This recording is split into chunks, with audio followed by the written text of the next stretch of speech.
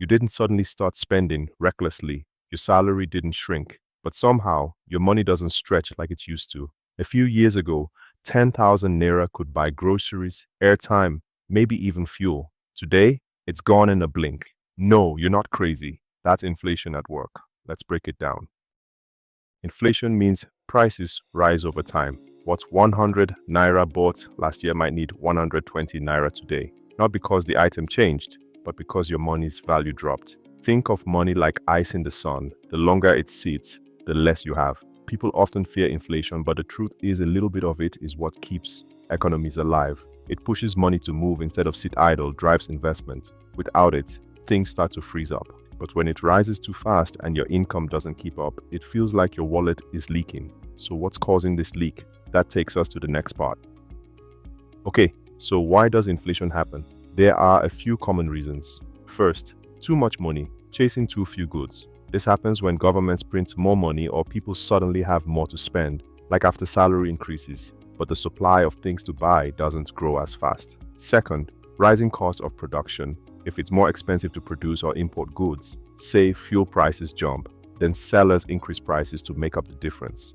Third, global supply chain problems. A war in one part of the world or a shipping crisis elsewhere can affect food prices in your local market. In short, when the cost of living rises faster than the value of your income, you feel the pinch even if you haven't changed a thing. But inflation isn't just a concept. It shows up in real life in quiet but painful ways. Let's talk about how it creeps into your day-to-day.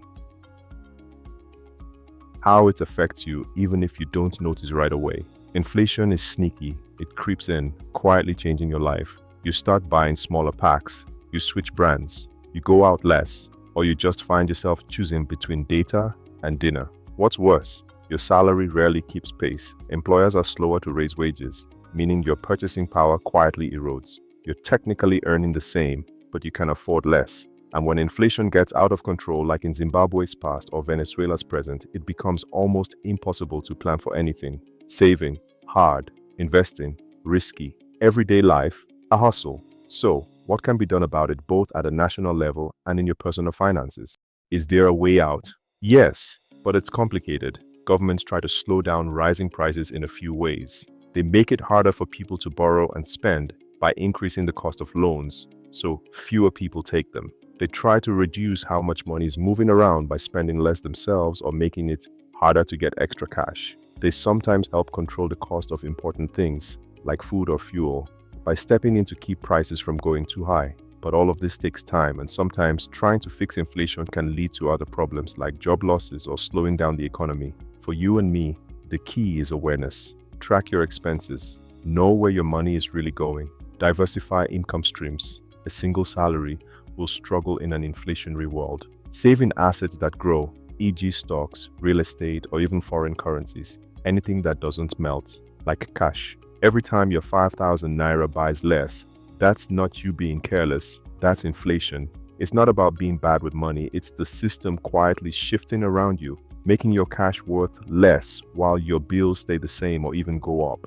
That's why understanding inflation matters, because the more you see what's going on, the better you can plan, adjust, and protect your money. If this made you think or even sigh a little, then yeah, you're in the right place. Follow SJ Explains on TikTok. Subscribe to our YouTube channel for more engaging, easy to understand finance content.